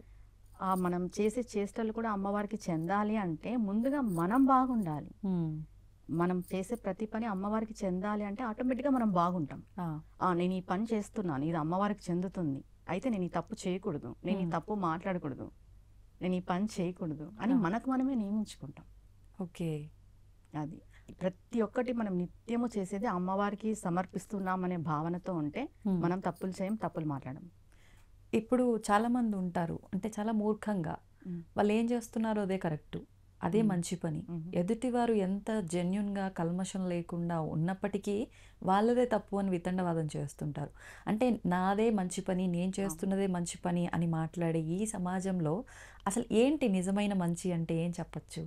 నిజమైన మంచి అంటే నువ్వు బతకడం, ఒకరికి హాని చేయకోకున్నట్టు, పొద్దున లేచి నీ పని ఏంటో నువ్వు చూసుకోవడం, నీకు ఇతరుల విషయంలో నీకు జోక్యం లేకపోవడం, తెలిస్తే నీకు మంచి చేయడం, మంచి చెప్పడం లేదా వదిలేయడం, హాని చేయకోకున్నట్టు ఉండడం, అదే మంచి. మంచి చేయకపోయినా పర్వాలేదు, ఇబ్బంది పెట్టే పరిస్థితి క్రియేట్ చేయకూడదు. మన వల్ల ఒకరు ఇబ్బంది పడకూడదు, అది మాటల వల్ల కానీ చేతల వల్ల కానీ ఇబ్బంది పడకూడదు. ఏదైనా కూడా మనం దూషించినప్పుడు అది మనకి తిరిగి రిటర్న్ లో వస్తుంది. నోటి వాక్కు చేతికి అంటారు. మనం ఏదైతే నోటితో మాట్లాడతామో దాన్ని మనం అనుభవించక తప్పదు. అంత పవర్ ఉందంటారా? అండి, ఖచ్చితంగా ఉంది. ఓకే. అంటే ప్రతి ఒక్కరి మాటకి పవర్ ఉంటుందని చెప్పచ్చా? స్పిరిచువాలిటీకి దగ్గరగా ఉన్న వాళ్ళ మాటలకి అని చెప్పచ్చా? భగవంతుని నమ్ముకొని బతికే ప్రతి ఒక్కరి మాటకి పవర్ ఉంటుంది. ఎందుకంటే వీళ్ళు వదిలేసుకున్న భగవంతుడు వదిలిపెట్టాడు, ఆయన ఖచ్చితంగా జోక్యం చేసుకుంటాడు. అంతే. అది అయితే ఇప్పుడు భగవంతుడు ఖచ్చితంగా జోక్యం చేసుకుంటాడు. నాకు ఒకటి అడగాలనిపించింది, మరి భగవంతుడు జోక్యం చేసుకుంటాడు అన్నప్పుడు ఎన్నెన్నో ఇప్పుడు చూస్తూ ఉన్నాము, జరగకూడని అఘాయిత్యాలు, అసలు చిన్న చిన్న పిల్లల పైన కూడా ఎన్నెన్నో ఘోరాలు కూడా మనం విన్నాము, చూసాము, చూస్తూనే ఉన్నాం. మరి భగవంతుడు వీళ్ళందరికీ సమాధానం చెప్తున్నాడు అంటారా? చేసుకుంటున్నాడు కదండి. ఎలా? ఇప్పుడు ఆ అమ్మాయి పూర్వజన్మ కర్మ ఏంటో మనకు తెలియదు. ఇంతకుముందు వాడు ఎన్నో తప్పులు చేస్తుంటాడు, ఆ తప్పులో బయటపడినాడు. ఒక అమ్మాయిని ఇది చేయడం వల్ల వాడు బయటకు వచ్చాడు. ఆ అమ్మాయి పూర్వజన్మ కర్మ ఏంటో మనకు తెలియదు, బలి అయితే అయ్యింది, కానీ ఆ అమ్మాయి వల్ల వాడు బయటకు వచ్చాడు. ఇక్కడికి వాడి పాపం పండింది అనుకోవచ్చా? భగవంతుడు జోక్యం చేసుకుంటేనే కదా వాడు బయటికి రాగలిగాడు. ఆ అమ్మాయితో ఎండ్ అయిపోయింది వాడిది. ఇది చెప్తే ఎవరు నమ్మరు. ఇది చెప్పినా అంటే ఆ అమ్మాయి నిజంగా భగవంతుడు ఉంటే ఆ అమ్మాయి కూడా అలా జరగకూడదు అని మాట్లాడతారు. ఆ అమ్మాయి పూర్వజన్మ కర్మఫలం ఏంటో మనకు తెలియదు కదా. తెలీదు. అవునా కాదా? వితండవాదం చేస్తారు. నేను కూడా చాలా విన్నాను ఇవి, నాతో కూడా చాలా మంది వితండవాదం చేశారు. అసలు భగవంతుడు ఉంటే ఇవి జరగకూడదు, ఇది కలియుగం. అవును. ఇంతకు ముందు రాక్షసులు స్వయంగా ఉండేవాళ్ళు, దేవుళ్ళతో పోరాడేవాళ్ళు. ఇప్పుడు రాక్షసులు లేరు, మన మనసే రాక్షసుడు, మన మనసులోనే ఉంటాడు రాక్షసుడు. దాన్ని మనం సంహరించుకోవడానికే ఈ ఆధ్యాత్మిక మార్గం ఎంచుకోవడం, దేవుళ్ళని మొక్కడం, ధర్మంగా ఉండడం. అది ఓకే. ఇప్పుడు ప్రతి ఒక్కరు కూడా మీరన్నట్టుగా అంటే మనకి ఏదో జరుగుతుంది అని పూజించే వాళ్ళే తప్ప భక్తితో అమ్మవారి మీద కానీ స్వామి మీద కానీ ఇష్టంతో పూజ చేస్తున్న వాళ్ళు ఉండరని కాదు, ఉంటారు, చాలా తక్కువ మంది ఉంటారు. అంటే కామ్యాల కోసం, ఉన్న ఇబ్బంది తొలగిపోవడం కోసం, కొంతమంది అయితే ఘోరంగా ఎదుటోళ్ళు బాగుపడకుండా ఉండడం కోసం చేసేవాళ్ళు, మొక్కేవాళ్ళు కూడా ఉంటారు. అసలు అంటే ఇవన్నీ భగవంతుడు చూస్తూ సహిస్తాడా అసలు? అంటే మీరు అన్నట్టుగా సహించాడు. ఏ దేవుడైనా కూడా, ఈ భగవతి అయినా శివయ్య అయినా విష్ణుమూర్తి అయినా ఎవరు సహించరు. ఏదో ఒక టైంలో విపత్కారం మనం అనుభవించక తప్పదు. ఆ, మీరు ఇంకొక విషయం ఏమడిగారు, ఇవన్నీ చూస్తూ సహిస్తారా అంటే, మనం ఇన్ని జరుగుతున్నాయి కదా మనకి, ఈ సునామీలు, వరదలు, ఇబ్బందులు, ప్రకృతి విరుక్తంగానే కదా. అవును, విజృంభించినప్పుడు ఇవన్నీ జరుగుతాయి. మనం కరెక్ట్గా లేనప్పుడే ప్రకృతి విజృంభిస్తుంది. ప్రకృతే అమ్మవారు. అవును, మనకి ఈ కలియుగంలో దిగి భగవంతుడు ఏం రాడు, శంకు చక్కెర కదా హస్తాలు పట్టుకొని మన దగ్గరికి. అవునా కదా, మానవ రూపేణ వస్తాడు, ప్రకృతి రూపేణ వస్తారు, అంతే. అలా అంతే, ఏదో ఒక రూపంలో వినిపిస్తాడే తప్ప అంతే. ఇలాంటి అంటే పంచభూతాలకి ప్రతిరూపంగానే భావిస్తాం కాబట్టి ఏదో ఒక రూపంలో మనకి ఇంటిమేషన్ ఇస్తూ ఉంటారు, అంతే. అయితే ఇప్పుడు నేను ఇందాక అడిగిన దాంట్లో ఏంటంటే చాలామంది మమ్మల్ని రక్షిస్తాడు అని చెప్పి పూజించే వాళ్ళు ఉన్నారు. కానీ ఈ మధ్యకాలంలో కొంతమంది వితండవాదం చేసే వాళ్ళు ఎలా ఉన్నారు అని అంటే, వాళ్ళని వాళ్ళే రక్షించుకోలేకపోతున్నారు, ఇంకా మిమ్మల్ని ఏం రక్షిస్తారు అని చెప్పి నాస్తికంగా మాట్లాడే వాళ్ళు ఉన్నారు. అంటే ఉదాహరణకి మీకు అర్థమయ్యే ఉంటుంది, ఆలయాల పైన కూడా ఎన్నో దాడులు, ఈ మధ్యకాలంలో గుళ్ళో విగ్రహాలు ధ్వంసం చేశారు అని చెప్పి. ఒకప్పుడు పురాతన కాలంలో విన్నాం ఇలాంటి ధ్వంసాలు, మళ్ళీ ఇప్పుడు చూస్తున్నాం ఈ కలికాలంలో. అంటే వాళ్ళ ఆలయం పైన దాడి జరిగితేనే వాళ్ళు ఏమి చేయలేకపోయారు, ఇంకా మిమ్మల్ని ఎలా రక్షిస్తారు అంటూ ఉంటారు. అటువంటి వారికి కొట్టినట్టుగా ఒక మంచి సమాధానం. పురాతన కాలంలో కూడా మన దేవాలయాలపైన చాలా జరిగినాయి. అవును, ఇంకా హిందూ ధర్మం నిలబడింది. ఇప్పటికీ మనం సనాతన ధర్మం గురించే మాట్లాడుకుంటున్నాం. అవును, ఈ రోజుకి మీరు నేను ఇంటర్వ్యూలో చెప్పుకుంటున్నది కూడా మన ధర్మం గురించి. ఇది చాలు, అంతే, ఇదే చాలు. ఈ రోజుకి మనం మన సనాతన ధర్మం గురించి మాట్లాడుతున్నాం కాబట్టి సనాతన ధర్మం పునాది, దీన్ని ఎవరు పెకలించలేరు. ఓకే, ఎన్ని టెంపుల్స్ రిమూవ్ చేసినా, డిస్ట్రాయ్ చేసినా, పగలు కొట్టినా, యుద్ధాలు చేసినా, మీ దేవుడు కాపాడుకోలేడని చెప్పిన ఎన్ని చెప్పినా కూడా సనాతన ధర్మం పురాతనమైనది, ఓకే, ప్రాచీనమైనది. ఇది మనకి పునాది. దీన్ని ఏ మతస్థులు కానీ ఎవ్వరు కానీ పెకలించలేరు. అవును, అంతే. అవును. చాలామంది ధర్మాన్ని రక్షిస్తున్నాము అని చెప్పి ధర్మాన్ని భ్రష్టు పట్టించే వాళ్ళు కూడా తయారయ్యారు. అన్నిటినీ మీరు అన్నట్టు భగవంతుడు ఖచ్చితంగా బుద్ధి చెప్తున్నాడు కూడా. అంటే కొంతమంది మనకి బయట కొంతమంది తెలుస్తుంది, కొంతమందికి అంతర్యుద్ధం తెలియట్లేదు, అంతే. అంతే, అంతే, ఖచ్చితంగా భగవంతుడి బుద్ధి చెప్తారు కూడా. కాలం సమాధానం చెప్తుంది అంటే, కాలం ఎవరు? కాళీ అమ్మవారు, కాళీ మాత. కాలమే ఆమె మింగేస్తుంది కాలాన్ని. అలాంటప్పుడు ఆమె సమాధానం చెప్పలేదా? అవును, ఖచ్చితంగా చెప్తుంది. ఇప్పుడు ఉపాసన, ఈ దీక్షల విషయానికి వద్దాం. అంటే ఉపాసన అంటున్నారు, దీక్ష అంటున్నారు. అసలు ఈ ఉపాసన ఏంటి, దీక్ష ఏంటి, మళ్ళీ ఒక మంత్రం తీసుకోమంటున్నారు, జపం అంటున్నారు. అసలు ఇవన్నీ ఏంటి అనేది ఒక కన్ఫ్యూజన్గా మారిపోతుంది జనాలకి ఈ మధ్యకాలంలో. చెప్పేవాళ్ళు ఎక్కువయ్యే కొద్దీ కన్ఫ్యూజన్ ఎక్కువైపోతుంది, డౌట్స్ కూడా ఎక్కువైపోతున్నాయి. ఒక్కసారి దానికి ఉదాహరణ ఏదైనా. ఉపాసన అంటే నిత్యము చేసేది, ప్రతి నిత్యము ఉంటుంది, జీవితాంతం స్టెప్ బై స్టెప్ మనం ఎదుగుతూ పోతాం. దీక్ష అంటే పరిధి, ఈ టైం మాత్రమే, 11 days, 20 days, 40 days, 3 months, 6 months ఇలా కూడా చేస్తారు కొంతమంది దీక్షలు. మనము చాతుర్మాస్య దీక్ష చేస్తాం కదా. అవునండి, 4 months. అలా దీక్షకి నియమం ఉంటుంది, టైం బీయింగ్ ఉంటుంది, సమయపాలన ఉంటుంది. ఉపాసనకు ఉండదు. నిత్యము చేసుకునేది ఉపాసన. ఓకే, ఇది ఖచ్చితంగా అందరూ తెలుసుకోవాలంటే ఉపాసన దీక్ష రెండు ఒకటే అనుకుంటున్నారు, కాదు. మనం నిత్య పూజ వేరు, మనం పండుగల్లో చేసే పూజ వేరు. అలా దీక్ష వేరు, నిత్యం ఉపాసన చేసేది వేరు. ఇప్పుడు దీక్ష తీసుకోవడానికి గురువు ద్వారా ఉపదేశం ఇవంతా అవసరం లేదు. ఎవరికి నచ్చినట్టుగా వాళ్ళు భక్తితో కానీ కోరికలతో కానీ చేసుకోవచ్చు, చేసుకుంటున్నారు కూడా. ఇప్పుడు అందులో కూడా రకరకాల అంటే మాట్లాడటము, ఆకారంలో వికృతంగా ఇలాగే ఉండాలి అని చెప్పి ఇవన్నీ చూస్తున్నాం. అదంతా పక్కన పెడితే ఉపాసన విషయానికి వస్తే ఇందాక మీరు అన్నట్టుగా ఖచ్చితంగా గురువు ద్వారానే తీసుకోవాలి. అది తీసుకున్న తర్వాత ఒకసారి మళ్ళీ మనం దాన్ని పక్కన పెట్టడానికి లేదు, ఖచ్చితంగా జీవితకాలం చేయాల్సిందే. ఒకటండి, మనం గురువు ద్వారా ఒక మంత్రాన్ని తీసుకున్నాము అంటే మనం వేరొక మంత్రానికి వెళ్ళినా కూడా మనం తీసుకున్న మంత్రం మినిమం 16 times అన్నా మనం చాంట్ చేయాలి, వదిలేయకూడదు.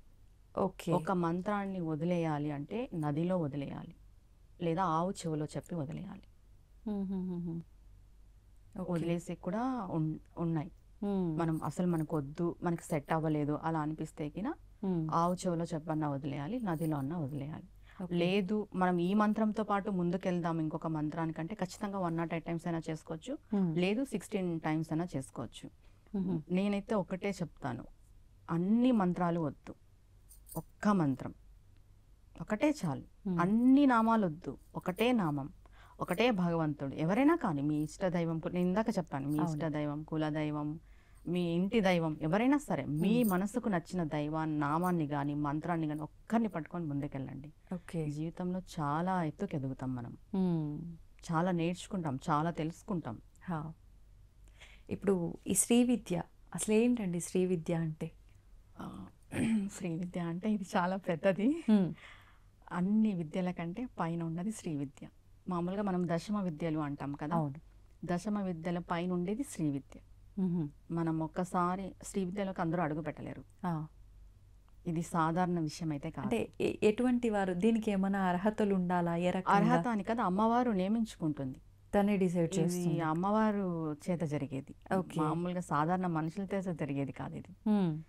మనకి అంటాను కదా, నేను చెప్పాను కదా, పూర్వజన్మ సుకృతం ఉండాలి, పుణ్యఫలం ఉండాలి. మనం ఈరోజు ఒక మాట అమ్మ అని అనాలన్నా కూడా ఆమె అనుగ్రహం లేదే మనం చెప్పలేము, అనలేము. అలాంటిది శ్రీ విద్యలో అడుగు పెట్టడం అనేది చాలా, అది గొప్ప విషయం. అది అందరికీ సాధ్యపడదు. అడుగు పెట్టినాము, మనం ఉన్నాము, అమ్మవారిని ఉపాసన చేస్తున్నాము అంటే అది అమ్మవారు మనకి ఇచ్చిన గొప్ప వరము. ఇంకా నో వర్డ్స్ ఇంకా దానిపైన చెప్పుకోవడానికి. అంతే, అది అందరికీ కుదరని. అందరూ అంటే వెళ్ళలేరు, వెళ్ళినా చెయ్యలేరు అంటే అమ్మవారే నియమించుకొని ఉంటుంది ఇది మాత్రం. అన్ని విద్యలు వేరు, శ్రీ విద్య వేరు. అంటే మామూలుగా మనం చెప్తాం దశమహా విద్యలే చాలా గొప్పవి, అవి సాధన చేస్తాని, దానికి పైన ఉంది శ్రీ విద్య. అంటే డైరెక్ట్గా మనం శ్రీ విద్యలోకి ఎంటర్ అవ్వలేము కూడా ఒకవేళ. అంటే ముందు నుంచి మనం మీరు ఇందాక చెప్పినట్టు సాధన చేస్తూ చేస్తూ చేస్తూ అమ్మవారిని నమ్ముకొని కొన్ని ఏండ్ల సాధన చేస్తూ అది కూడా అమ్మవారి యొక్క అనుగ్రహంతోనే వెళ్ళగలం. ఎన్నేళ్ళు సాధన చేసినా కూడా శ్రీ విద్యలోకి వెళ్తామనేది అయితే ఏం లేదు. అది ఇప్పుడు చాలా వరకు శ్రీ విద్యా ఉపాసకులు అనగానే అది ఆడవారైనా మగవారైనా చాలా శాంతంగా కనిపిస్తూ ఉంటారు.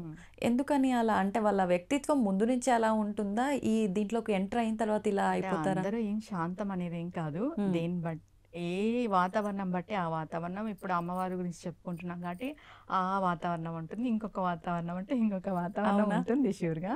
అలా అని కాదు, కానీ ఏంటంటే నిత్యము అమ్మవారి యొక్క మంత్రం చాంటింగ్ చేస్తూ ఉండడం వల్ల అది రన్ అవుతూ ఉంటుంది కాబట్టి ఆటోమేటిక్గా అదర్ దాంట్లోకి ఇన్వాల్వ్ అవ్వరు. పక్కన ఏం జరుగుతుంది, ఏమన్నా జరగనిలే మనకెందుకు, అంతే. ఇలా ఉంటారు. ఇప్పుడు అంటే శ్రీ విద్య అంటేనే లలిత అమ్మవారా? అవును. అందులో కూడా మళ్ళీ మనం రకరకాలుగా ఉంటుందా ఇంకేమైనా?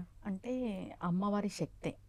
ఇప్పుడు చాలా మందికి చాలా డౌట్స్ ఉన్నాయి. అంటే పార్వతి అమ్మవారు ఎవరు, లలిత అమ్మవారు ఎవరు, దుర్గమ్మ ఎవరు? అల్టిమేట్ లలిత అమ్మవారు. లలిత అమ్మవారి నుండి ఈ శక్తి ఇలా వచ్చేసింది. లలిత అమ్మవారు అని చెప్పేదానికంటే శ్రీ విద్యలో శ్రీచక్ర బిందువులో శివకామేశ్వరులు ఉంటారు. వాళ్ళని శివకామేశ్వరులనే పిలుస్తారు. అది లలిత అమ్మవారే ఉంటుంది బిందువులో. ఆ అమ్మవారిని చేరుకోవడానికి చుట్టూ మనకి 64 మంది పరివార దేవతలు ఉంటారు, మనకు తెలిసిన విషయం. కానీ ఆసనంలో శ్రీచక్రంలో ఇద్దరు ఉంటారు. అయ్యవారు కింద ఉంటే అమ్మవారు పైన ఉంటారు. అమ్మవారే పైన ఉంటారు. ఆయన ఆసనంగా వేసుకొని ఆవిడ ఉంటారు. శ్రీచక్రంలో ఉన్న అమ్మవారిని మాత్రం మనం శివకామేశ్వరులుగా పిలుస్తాం. కానీ ఈ ఉపాసనలు ఆరాధనల విషయానికి వచ్చేసరికి మనం ఎక్కడ కూడా వీళ్ళకి ఆరాధిస్తున్నట్టుగా ఎవరు ఎక్కువగా మాట్లాడరు. అయితే లలిత అమ్మవారికి, లేకపోతే నార్మల్గా ఇప్పుడు శివుడు పార్వతీశ్వరి అమ్మవారే లలిత అమ్మవారు. ఆమె పైకి మనకు కనిపిస్తుంది. ఇప్పుడు ఎలా చెప్పాలి అంటే వాళ్ళిద్దరూ కలిసి ఉంటారు శ్రీచక్రంలో అనేది ఎంత వాస్తవమో, ఒక సాధకుడు వాళ్ళిద్దరిని కలపాలనేది కూడా అంతే వాస్తవం. అంటే అమ్మవారు మనకి 7 చక్రాలు ఉంటాయి, చక్రాలు. అమ్మవారు మూలాధార చక్రంలో ఉంటుంది అంటారు. సాధకుడు మూలాధార చక్రాన్ని కదపాలి. కదిపి ఒక్కొక్క చక్రాన్ని ద్వారా అమ్మవారిని తీసుకెళ్తే పైన అయ్యవారు ఉంటారు, సహస్రారంలో ఉంటారు. ఆహా! సహస్రారంకి ఒక అడుగు గ్యాప్లో ఉంటారనమాట.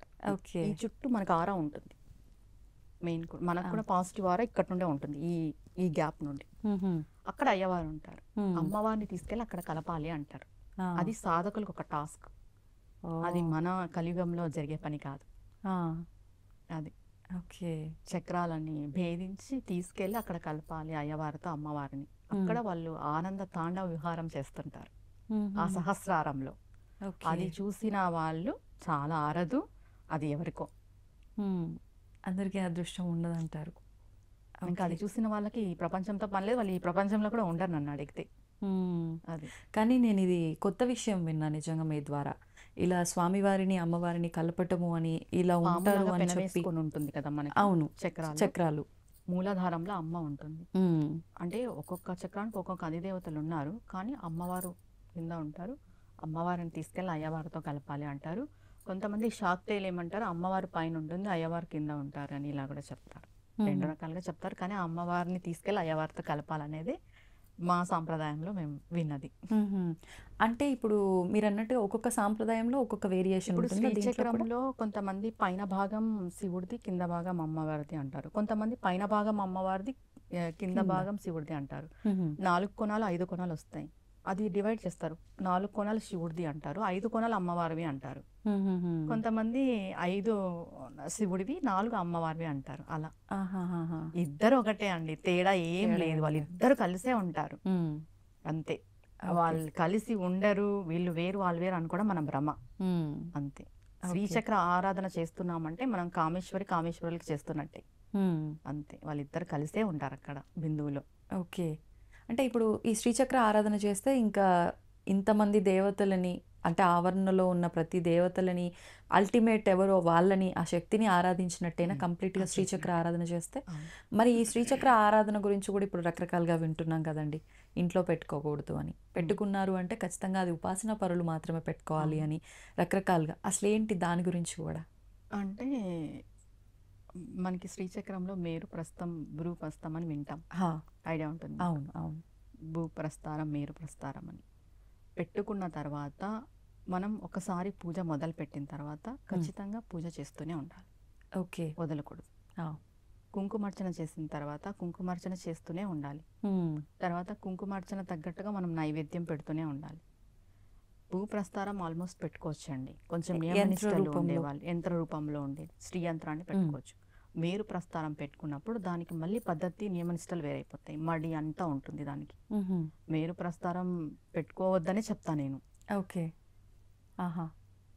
చెయ్యగలిగే ఓపిక, ఓపిక, అంత శ్రద్ధ నియమనిష్టలు ఉంటే. పాటించే ఇది విధి విధానాలు ఉంటేనే చేయండి, ఆ! లేదు అంటే వద్దు, ఓకే. దాని జోలికి వెళ్ళొద్దు. అంటే ఒకవేళ అంటే వితండవాదం మూర్ఖం అని కాదు గానీ, ఎందుకని? ఇప్పుడు నేను ఇందాక చెప్పాను కదా, ట్రాన్స్ఫార్మర్ తెచ్చి ఇంట్లో పెట్టుకున్నట్టు ఉంటుంది.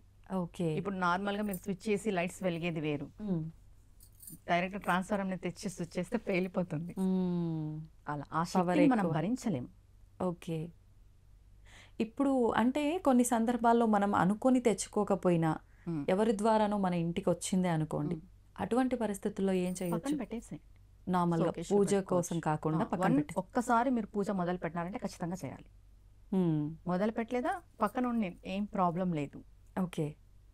దానికి ప్రాణ ప్రతిష్ఠ ప్రాసెస్ అంతా ఉంటుందండి, ఏదో తెచ్చి పెట్టుకున్నామంటే ఏం అవ్వదు. హ్మ్. ప్రాణ ప్రతిష్ఠ, హోమము అంతా ఉంటుంది.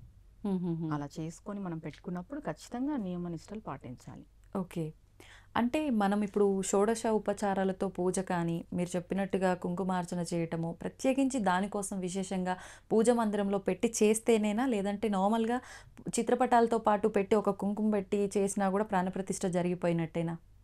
కాదు, కాదు. ఓకే. ఖచ్చితంగా ప్రాణప్రతిష్ఠ చేసి హోమాధికాలన్నీ చేసుకున్న తర్వాతే ప్రాణప్రతిష్ఠ జరిగినట్టు. ఓకే. దానికి ప్రాసెస్ ఉంటుంది సపరేట్గా. హ్మ్. నార్మల్గా మనం తెచ్చి పెట్టుకొని పూజ చేస్తున్నాము అంటే ఓకే, అది నమ్మకం అంతే, ఓకే. కానీ అది ప్రాణప్రతిష్ఠతో కూడుకున్నదైతే కాదు. హ్మ్. ఇప్పుడు ఇన్ కేస్ ఒకవేళ ఇలా జరిగింది, అది ఇంటికి రావటమో, తెలియకుండా పూజా మందిరంలో పెట్టేసి, నిత్యము దీపారాధన చేసినట్టుగానే చేస్తున్నాం కానీ, ఏ అర్చనలు, అభిషేకాలు, పెట్టుకోవచ్చు. నైవేద్యాలు ఏమి చేయట్లేదు. అది ఇప్పుడు కుంకుమార్చన చేయకూడదు. కుంకుమార్చన ప్రాసెస్ మనం మొదలుపెట్టి సపరేట్గా శ్రీయంత్రానికి పూజా ప్రాసెస్ చేసాము అంటే అది ఖచ్చితంగా కంటిన్యూగా చేయాలి. ఓకే. నార్మల్గా మనం తెచ్చి పెట్టుకున్నాం, మనకి ఏం తెలియదు, అది అలా ఉంది, ఓకే ఒక బొట్టు పెట్టేస్తున్నాం, దండం పెట్టుకుంటున్నాం, ఓకే ఏం ప్రాబ్లం లేదు. మనం సపరేట్గా మెయిన్ మేరు ప్రస్తారం పెట్టుకున్న వాళ్ళైతే ఖచ్చితంగా నియమనిష్టలు పాటించాలి. ఎటువంటి నియమాలండి? కంప్లీట్గా నాన్ వెజ్ అవాయిడ్ చేయాలి.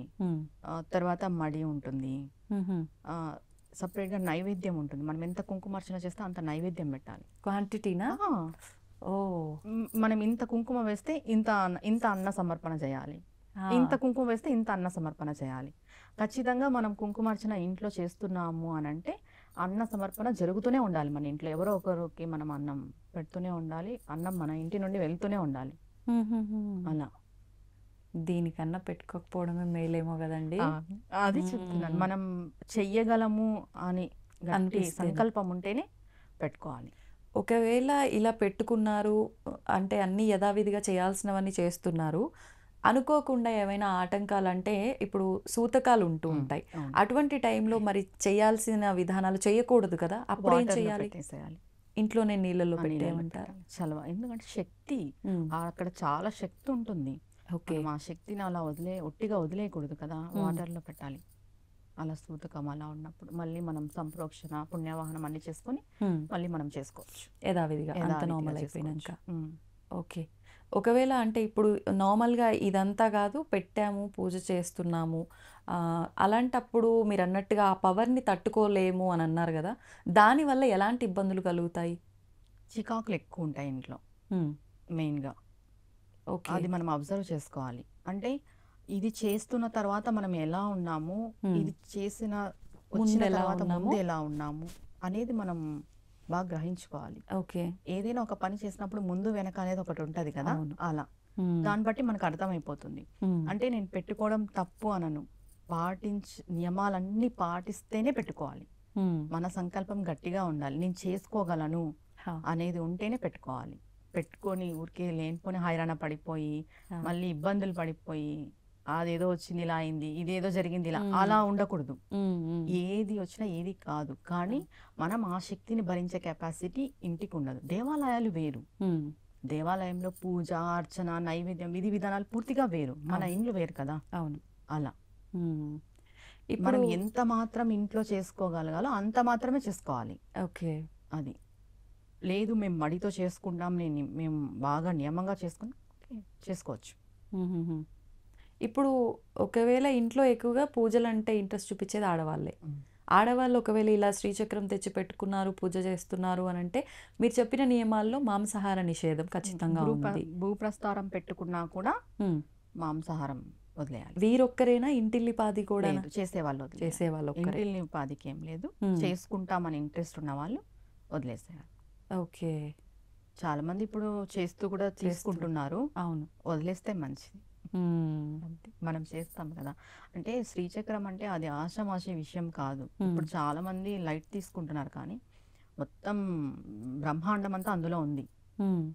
64 పరివార దేవతలు, అమ్మవారు అయ్యవారు, మళ్ళీ వాళ్ళకి సంబంధించిన దేవతలు, ఒక్కొక్క దేవత ఉంటుంది కదా. మనం అనిమ సిద్ధి, గరిమ సిద్ధి, మహిమ సిద్ధి అని మాట, మరి ఒక్కొక్క సిద్ధికి మళ్ళీ వాళ్ళ పరివార దేవతలు, ఇలా చాలా 364 కోణాల శక్తి దేవతలు ఉంటారు దాంట్లో. ఇప్పుడు వీళ్ళందరినీ స్మరించాల్సి ఉంటుందా పూజ చేస్తున్నప్పుడు? ఏం లేదు. ఓకే, మామూలుగా శ్రీమాత్రే నమః చేసుకుంటాం, శ్రీమాత్రే నమః అనుకుని కుంకుమార్చన చేసుకోవచ్చు. అనుష్ఠానం ఉంటుంది కొంతమందికి, ఉపదేశమైన వాళ్ళకి అనుష్ఠానం పూజ చేసుకుంటారు. చేసిన జపము పూజ అంతా శ్రీయంత్రంలోకే సమర్పిస్తారు. అలా అంటే ఇంత చేసుకుంటూ వెళ్ళాలి అని అంటే కుటుంబము ఈ బంధాల్లో ఉన్న వాళ్ళకి చాలా వరకు అంత ప్రయారిటీ పెట్టలేరేమో కదండి. అందరికీ సాధ్యపడదు, అందుకే నేను చెప్తాను కదా, అదే అంటే అమ్మవారు నియమించుకొని ఉంటుంది కొందరిని అని. అవును, అలా చేసుకోవాలి అని ఇంట్రెస్ట్ ఉండి, ఫస్ట్ మనలో ఇంట్రెస్ట్ ఉంది అంటే అమ్మవారు తీసుకెళ్తుందండి ముందుకి. ముందు ఆ థాట్ మొదలవ్వాలి, అది మొదలవ్వాలి మనలో. మనం ఏదైనా చేయాలి అనేది మొదలవుతే ఖచ్చితంగా తీసుకెళ్తుంది. ఇప్పుడు ఒకప్పటి కాలంలో అయితే అండి మామూలుగా ఈ స్పిరిచువాలిటీకి దగ్గరగా ఉన్నారు అని అంటే వాళ్ళు ఫ్యామిలీ లైఫ్కి దూరంగా ఉండేవాళ్ళు, ఖచ్చితంగా అది మగవారైనా ఆడవారైనా. ఇప్పుడు చూస్తున్నాము అంటే అన్ని పూజలు హోమాలు అన్నీ చేస్తున్నారు, వాళ్ళ ఫ్యామిలీ లైఫ్లో కూడా ఉంటున్నారు. నిజంగా అలా ఉండొచ్చు అంటారా? ఎవరు ఉండకూడదు, ఎవరు ఉండొచ్చు? ఈ విషయం ఎలా చెప్పాలంటే మీకు ఫ్యామిలీ లైఫ్ ఉండకూడదు అని ఏ శాస్త్రంలోనూ చెప్పలేదు. ఓకే. కానీ ఫ్యామిలీ లైఫ్కి సంబంధించిన పూజలు మాత్రమే చేసుకోవాలి. అంటే అలా ఉంటుందా ఆ, కుటుంబంలో? ఇప్పుడు నేనేం చెప్పాను, ఇప్పుడు దీక్షలు పెద్ద పెద్ద దీక్షలు తీసేసుకొని మనం ఇంట్లో ఉంటాం, ఒకరు నాన్ వెజ్ తింటారు, ఒకరు కలుస్తూ అంటారు, మంత్లీ ప్రాబ్లమ్స్ వస్తుంటాయి. ఇవన్నీ ఇబ్బందికరమైన వాతావరణం కదా, వాళ్ళు ఇల్లు విడిచి వెళ్ళిపోవాల్సి వస్తుంది. ఓ, అవునా కదా? అవును. అట్లా ఇబ్బందికరమైన వాతావరణం పెద్ద పెద్దవి వద్దు. మనం ఎంత చేసుకోగలమే అంతే చేసుకోవాలి. ఓకే. మన మన ఇంటి వాతావరణం మనకి ఎంత అనుకూలం ఉంటే అంత పూజ చేసుకోవాలి. ఓకే. ఇప్పుడు చాలా మంది ఇంట్లోనే చండీ హోమాలు అవును ఇవన్నీ కూడా నేను చూస్తున్నాం. ఇప్పుడు అవును. మనకు అనుకూలం లేనప్పుడు చేయకూడదు. పూర్వం అయితే వెళ్ళిపోయేవారు, ఇప్పుడు అలా లేదు. అందుకే మనకు తగ్గట్టుగా మనం చేసుకోవాలి. ఇప్పుడు మంత్ర దీక్ష దీనికంతా ఏం సంబంధం లేదు. ఇప్పుడు మనం మంత్రం తీసుకున్నా కూడా ఫ్యామిలీ లైఫ్ తో ఉండొచ్చు, ఉండకూడదు అనేది అయితే ఏం లేదు. మనం పూజ అనుష్ఠానం అన్ని చేసుకోవచ్చు, ఫ్యామిలీ లైఫ్ తో ఉండొచ్చు. కానీ దీనికి మించి మనం పోయినప్పుడు ఉండకూడదు. అలా ఇదంతా కూడా అంటే ముందే మనం దీక్ష తీసుకునేటప్పుడే గురువులతో మాట్లాడి డిసైడ్ చేసుకోవాల్సి ఉంటుందా, లేదంటే ఎలా చూస్ చేసుకుంటారు ఇదంతా?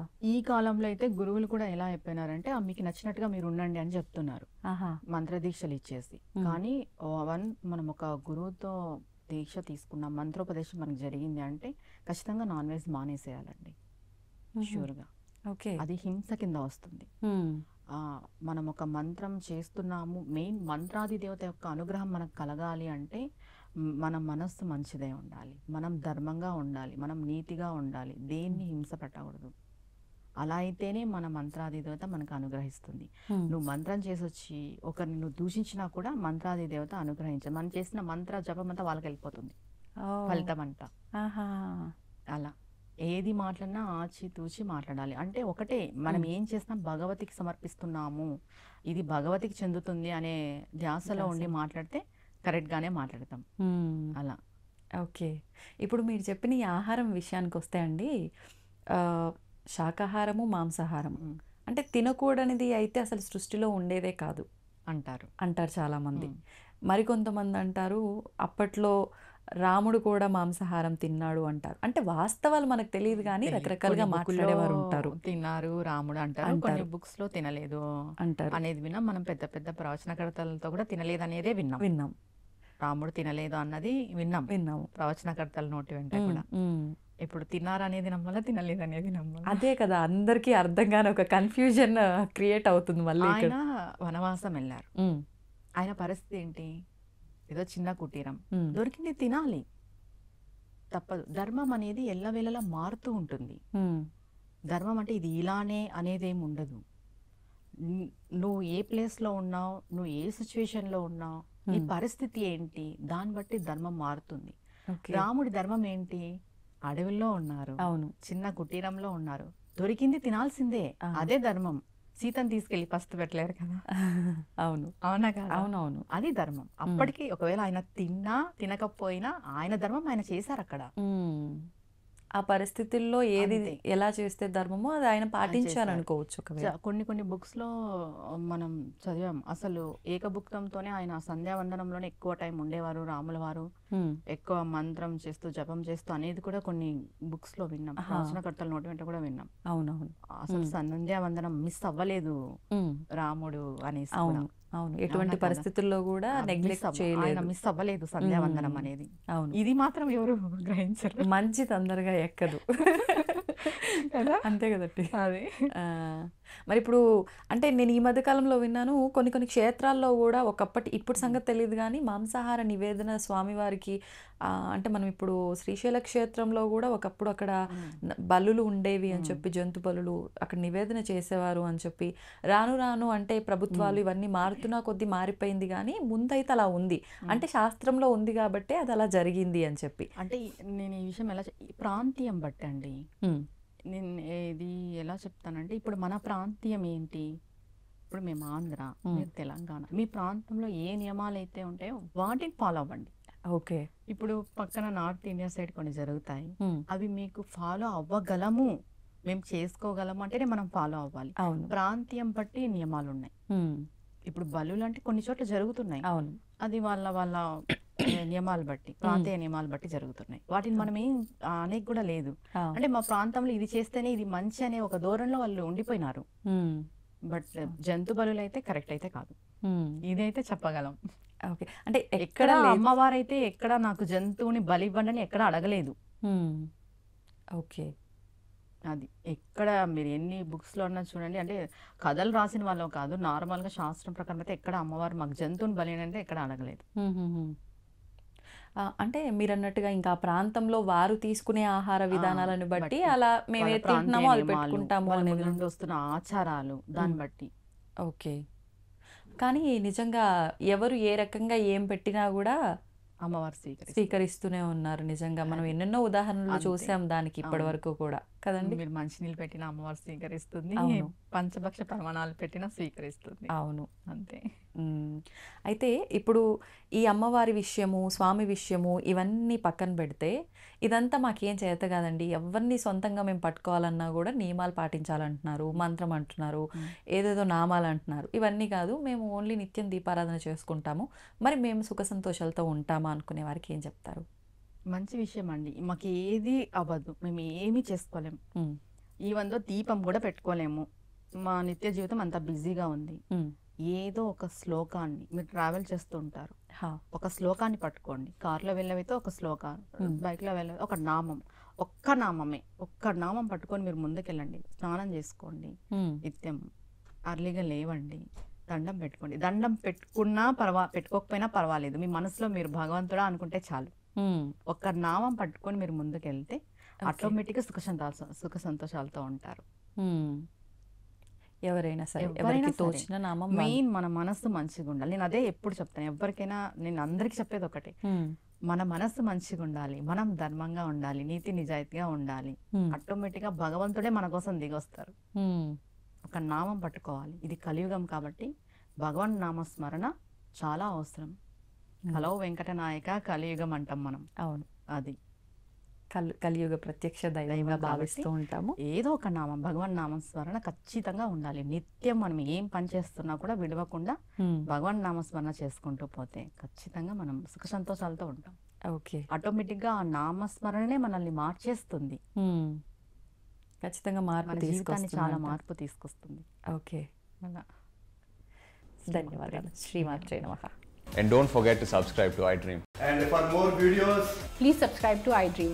Please subscribe to iDream. Please subscribe iDream. And please subscribe to iDream. For more videos, subscribe to iDream. please like, share and subscribe to the channel. Congratulations, iDream. Subscribe to iDream. Subscribe to iDream. So subscribe to iDream Media. iDream ki iDream team andarki huge congratulations. Please subscribe iDream Media. Please subscribe to iDream. Subscribe iDream. Please subscribe to iDream. iDream అంటే నా కళల channel subscribe చేసుకున్న నోరు తిరుగుతలేదు, మీరైతే గంట గుర్తు కొట్టండి. For more such videos, please subscribe to iDream. Subscribe to iDream. Please subscribe to iDream. Please subscribe iDream Media. Please do subscribe to iDream. Please subscribe to iDream Media. For best entertainment and information, please subscribe iDream.